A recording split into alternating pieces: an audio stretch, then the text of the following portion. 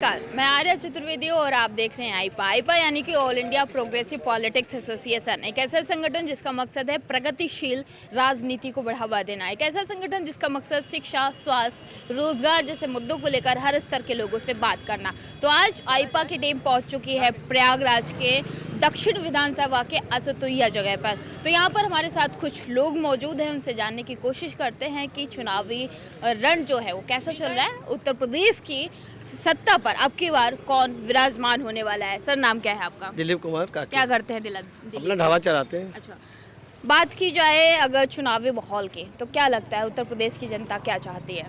उत्तर प्रदेश की जनता योगी चाहती है। योगी चाहती है जी। अच्छा, बात की जाए आपके विधानसभा क्षेत्र की, तो मौजूदा विधायक ने 5 साल में कितना विकास किया है? बहुत ज़्यादा विकास किया है उन्होंने, अपने क्षेत्र में बहुत ज़्यादा विकास किया है। हमारे क्षेत्र के माननीय नंद कुमार गुप्ता नंदी जी हैं, वो घर घर पहुंचते हैं, घर घर उनकी फ़ोटो लगी हुई है और घर घर अपना जाके प्रचार भी उनका बहुत ज़्यादा प्रचार उनका क्षेत्र में। अभी हम एक महवा गांव गए हुए थे, तो वहाँ पर काफ़ी सारी समस्याएं सामने आई। उनका कहना है कि 5 साल में कुछ विकास नहीं हुआ, लोग परेशान हैं, बस्ती है, पानी वानी का बहुत सारी दिक्कतें हैं वहाँ पर, लोग काफ़ी परेशान हैं। इसी समय हमारे क्षेत्र के जो मौजूदा विधायक हैं नंदी जी, वो गाँव-गाँव जा रहे हैं, लोगों से हालचाल ले रहे हैं, उनकी समस्याओं का निराकरण कर रहे हैं।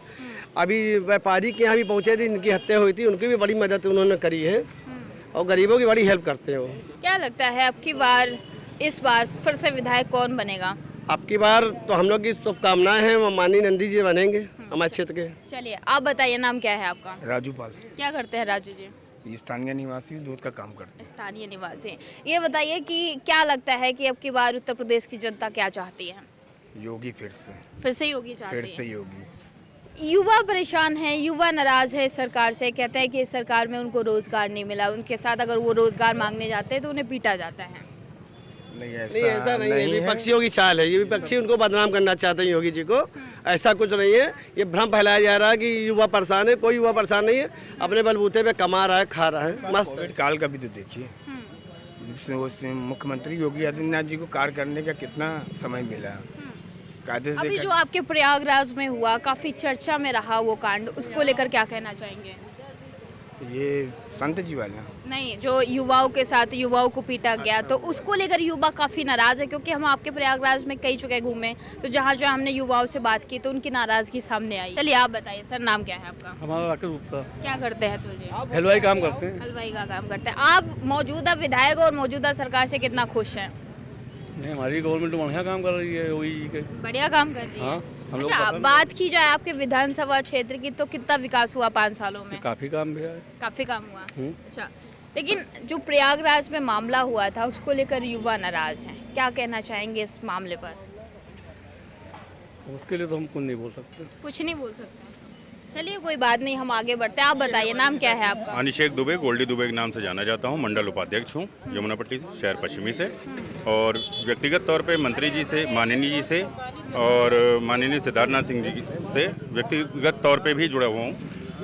हमारी सरकार बाकायदा अच्छा काम कर रही है। और रही बात, जैसा कि आपने अभी सवाल किया कि युवा नाराज़ हैं, तो एक बात बता दें, एक पिता से उसके 4 बच्चे भी खुश नहीं रहते हैं, तो इतना बड़ा प्रदेश चलाने वाला मुख्यमंत्री, उनसे कैसे मतलब ये उम्मीद कर लें हम कि सारी मतलब हर एक जनता खुश रहेगी?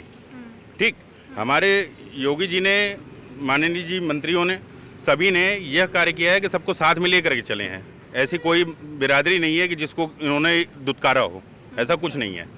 अब समस्या ये है कि आप ये चाहते हैं कि गरम गरम बना है, गरम गरम खा लें, तो गरम गरम खाने से क्या होगा कि आपका अपना मुंह जलेगा और खाने का स्वाद नहीं मिलेगा आपको अलग। तो सीधी सी बात है कि जैसा आप चाहते हैं कि तत्काल में कोई चीज़ हो जाए, तो तत्काल कोई चीज़ नहीं होती है। ठीक है, उसके लिए एक प्रॉपर चैनल होता है, एक प्रॉपर मीटिंग होती है, एक प्रॉपर मतलब पूरा, जब तक आप डायग्राम तैयार नहीं करेंगे, ज़मीन तैयार नहीं करेंगे, तब तक आप कुछ नहीं कर पाएंगे। और रही बात रोज़गार की, एक बात बता दें, रोज़गार के लिए बहुत कुछ किया गया है। इस वक्त ये जान लीजिए, आपके प्रदेश के अंदर जो भी वैकेंसीज निकली हैं, वो पूरी तरह से बिना जालसाजी के, बिना किसी नकल के, बिना किसी घूसखोरी के चल रही हैं। युवाओं से जब मैंने बात की, तो उनका कहना है कि इस सरकार में जितनी भी वैकेंसियाँ आई रद्द की जा रही, पेपर लीक हो रहे हैं। पेपर अगर लीक हो रहा है तो उसमें एक बात आपसे ये भी कहेंगे कि पेपर लीक होने की वजह कौन है? पुराने एम्प्लॉयज़ हैं जिनको घूसखोरी की आदत हो चुकी है, उनको अगर घूस नहीं मिलेगी तो वो न सो पाएंगे न खा पाएंगे। आपने बोला कि पुराने जो अधिकारी ऑफिसर हैं, हैं, हाँ, बिल्कुल। ऑफिसर्स हैं वो, हाँ। लेकिन सत्ता तो आपकी है। देखिए, तो सत्ता कानून भी आपका कड़ा है, तो युवाओं का नहीं, युवाओं का जो मैं आ रहा हूँ, हाँ। मैं आ रहा हूँ। सत्ता हमारी है, कानून का डंडा भी हमारा है, लेकिन भैया जो व्यक्ति जो काम कर रहा है, कर चुका है, करता आया है आज 20 साल 30 साल 50 साल 60 साल से, उसको तो आदत है ना। आपके अगर आपके जीन्स के अंदर ईमानदारी है, आपके पिताजी ने आपको ईमानदारी संस्कार दिए हैं, तो फिर आप उसी पे चलेंगे, मान सम्मान को लेके चलेंगे, चोरी डकैती की तरफ आप नहीं जाएंगे। गवर्नमेंट जॉब ही जो जॉब नहीं होती है, प्राइवेट आप साउथ साइड चले जाइए, प्राइवेट सेक्टर में जाते हैं, वहाँ भी गवर्नमेंट जॉब के लिए थोड़ा सा आपके यूपी और बिहार और झारखंड ही जो अप्लाई करते हैं, वहाँ पे आप जाके देखिए। लेकिन यहाँ के लोगों की मेंटालिटी बन चुकी है कि गवर्नमेंट जॉब है तो रोजगार है, नहीं तो नहीं है। मैं बेरोजगार था, नहीं हूँ। मैं अभी लखनऊ से आ रहा हूँ पार्टी से डील करके, मैं काम लेके आ रहा हूँ, मैं यहाँ खुद काम दूंगा लोगों को। जब हमने युवाओं से बात बेरोजगारी की, की बात करिए आप पहले, युवाओं से बात क्या है, हर आदमी एक सेटिस्फाइड नहीं हो सकता, जैसा कि भाई ने कहा, कोई भी आदमी। मतलब लोगों का ये है, लोग सरकारी रोजगार कुर्सी का मिले, सरकारी कुर्सी पर बैठ करके मतलब मेंटेलिटी तोड़ना है। बदलिए। सरकार ये से भाई 50,000 60,000 रुपए, सरकार से 50,000 60,000 1 लाख 1.5 लाख रुपए महीना उठाना है और कुर्सी तोड़ना है। काम तो युवा कौन सा कर रहा है? अगर करना चाहे तो कुछ नहीं, डेली अगर एक चाय की दुकान भी लगा ले तो डेली का 500 का 1000 का आदमी है। युवा कहता है कि हमने भैया नहीं, पीएचडी पढ़ाई- करी है तो चाय क्या थोड़ी PhD करी बेचेंगे। है? नहीं पीएचडी करिए, एडमिशन फॉर्म निकालेंगे उनके। जिन नहीं, युवा मैं- जो मैं- युवा मैं- रोजगार मांगते हैं, मैं- उनका कहना सीधा मैं- सीधा यही मैं होता है उसी कि पे भैया आ रहा हूँ। मैम आप ही देखिए, बताइए, हम पढ़े हैं तो मैं पढ़ने आपसे के बाद मैं पकौड़ा और आपसे- चाय नहीं बेच सकते, नहीं, ऐसा नहीं, कहना है ठीक है, युवाओं को। ठीक है। हाँ। उनका कहना ये है कि हम इतना पढ़ने के बाद वो नहीं कर सकते हैं। वो लोग जब यूनिवर्सिटी में एडमिशन लेने जाते हैं तो कट ऑफ से बाहर रहते हैं, फिर लास्ट में इधर उधर करके किसी तरह एडमिशन पा जाते हैं। कितना क्वालिफिकेशन है, कितनी क्वालिफाइड है, ये लोग साफ साफ दिखता है। जो स्टूडेंट हैं, वाकई में जो स्टूडेंट हैं वो क्वालिफाई करते हैं और डिसेंट तरीके से आते भी हैं, तो आप जॉब भी पाते हैं। तो आप उन लेकिन जो- युवाओं की काबिलियत पे उंगली उठा रहे हैं। बिल्कुल उठाएंगे, बिल्कुल ही उठाएंगे, इसलिए कि भाई अगर आप उस लायक नहीं हैं तभी आपको नौकरी नहीं मिली है।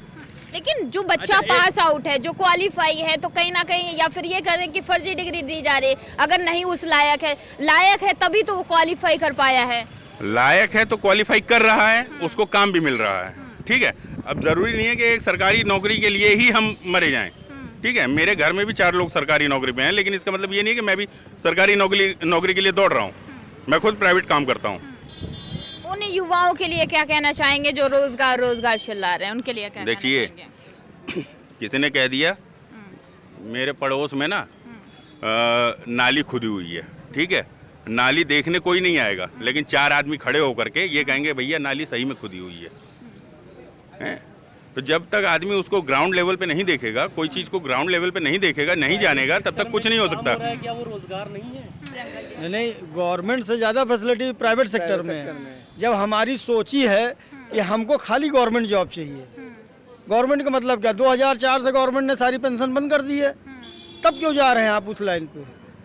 ये सोच है, ये हर आदमी बैठा लिया कि हमको गवर्नमेंट जॉब चाहिए। सरकारी डॉक्टर, लेकिन उनके घर के बच्चे कहाँ पढ़ते हैं? प्राइवेट स्कूल में। सरकारी टीचर, उनके बच्चे कहाँ पढ़ते हैं? प्राइवेट स्कूल में। तनख्वाह लेंगे गवर्नमेंट की और अपने बच्चे को प्राइवेट पढ़ाएंगे। क्यों पढ़ाएंगे? आपको नौकरी तो सरकारी चाहिए और सुविधाएं आपको प्राइवेट चाहिए। इससे इसका मतलब क्या होता है? आप उन युवाओं के लिए क्या कहना चाहेंगे जो रोजगार चल रहा है? हर तरफ मांग है युवाओं की, आपने भी देखा होगा, कई वीडियोस आते हैं सामने। तो युवाओं का चुनावी माहौल जो चुनावी है उसमें एक बड़ा मुद्दा बन चुका है रोजगार। उन युवाओं के लिए क्या कहना चाहेंगे? पहले तो आप चुनावी मुद्दा हटा दीजिए और आइए मेन रोजगार पर। हाँ, बात कर लेते हैं रोजगार की, बताइए। हमारा एक विंग और है, जैसे हमारे मुस्लिम भाई हैं। कभी किसी एक मुस्लिम भाई को आपने कहते हो सुना कि हम बेरोजगार हैं? क्यों? कि वो अपने बच्चों को ये शिक्षा देते हैं कि कोई भी काम करो, काम छोटा बड़ा नहीं होता है, काम होता है। आप टीन बेचिए, कनस्टर काम कीजिए, आप कबाड़ का काम कीजिए, आप वेल्डिंग का काम कीजिए। शिक्षा हमारे मुस्लिम भाइयों से लेनी चाहिए, उनको मैं दिल से सलाम करता हूँ। लेकिन हम लोग में क्या है, इज्जत, रिस्पेक्ट। अरे हमारा लड़का कबाड़ का काम करेगा, कैसे करेगा? हम रो रहे हैं हमारे बच्चे को रोजगार मिल जाए। हम 20 लाख रुपए इसकी पढ़ाई पे खर्चा कर सकते हैं, लेकिन 2 लाख रुपए इसकी रोजगार पे नहीं लगा सकते हैं। इज्जत के लिए हम लोग मरे जा रहे हैं। किस बात की इज्जत? आप कोई काम कर रहे हो उसमें क्या कोई शर्म की बात नहीं है। अभी हमको ऐसी स्थिति आ जाए, हमको यहाँ प्लेट धोना पड़े तो हमें शर्म नहीं आएगी, क्योंकि हम मेहनत की खा रहे हैं। अब वो हमको फ्री का नहीं दे रहा, मैं उसका प्लेट धो रहा हूँ तब वो हमको खिला रहा है। और जिस दिन हर हिंदू ये जान लिया कि हमको काम चाहिए और ये शिक्षा देते हमारे मुस्लिम भाई जितने हैं, उनको दिल से सलाम करता हूँ। वो अपने बच्चों को शिक्षा भी देखते हैं और जहाँ ज़रूरत पड़ी वो अपने काम पे लगा देते हैं। बेटा तुम काम करो, सर झुका के मत चलना, सर सिर्फ अल्लाह ताला के आगे झुकाना, किसी के आगे नहीं। तो उनको मैं सलाम करता हूँ। उनसे शिक्षा लें हमारे हिंदू के परिवार के लोग कि काम कोई छोटा बड़ा नहीं होता है। बस हम दिमाग में लगाएंगे हमारा लड़का डॉक्टर बन जाए, ये इंजीनियर बन जाए, ये प्रोफेसर बन जाए और सरकारी 1 लाख रुपए तनख्वाह हमको आ जाए, पहुंचाओ, 1 लाख तनख्वाह हमारे घर में आए, एडमिशन हो जाए। बाकी हमें और कोई चीज़ से मतलब नहीं है। और मौका मिले तो बस लड़ाते रहो एक दूसरे को, अपनी रोटी सेकते रहो। सरकार ने मतलब इतना अच्छा कार्य किया जिसकी कोई कल्पना नहीं कर सकता। उत्तर प्रदेश की जनता फिर से यही सरकार चाहती है, लेकिन इन चाचा जी का एक ही कहना था कि भैया काम होता है, छोटा बड़ा काम नहीं होता है। इंसान सरकारी नौकरी के पीछे ना भागे। लोग युवा पढ़े लिखे हैं, रोजगार भी कर सकते हैं, कोई भी काम छोटा बड़ा नहीं होता। और ये काम इनका कहना है कि मुस्लिम भाइयों से सीखिए कि उनके बच्चे जो वो अपने बच्चों को शिक्षा देते हैं, वो कहते हैं कि भैया काम होता है, कोई काम छोटा बड़ा नहीं होता है। सरकारी नौकरी ही नौकरी नहीं होती है। इंसान अगर पढ़ा है, युवा अगर पढ़ा लिखा है, तो अपने आप से वो रोजगार खुद से रोजगार कर सकता है, कुछ भी कर सकता है, क्योंकि ये उत्तर प्रदेश का, ये भारत का युवा है। ऐसा कहना था इन भाई साहब का। तो कहीं ना कहीं ये बात सही लगी हो तो हमारे इस वीडियो को ज़्यादा से ज़्यादा शेयर करें, सब्सक्राइब करें, ताकि आईपा की हर अपडेट आप तक आसानी से पहुँच सकें।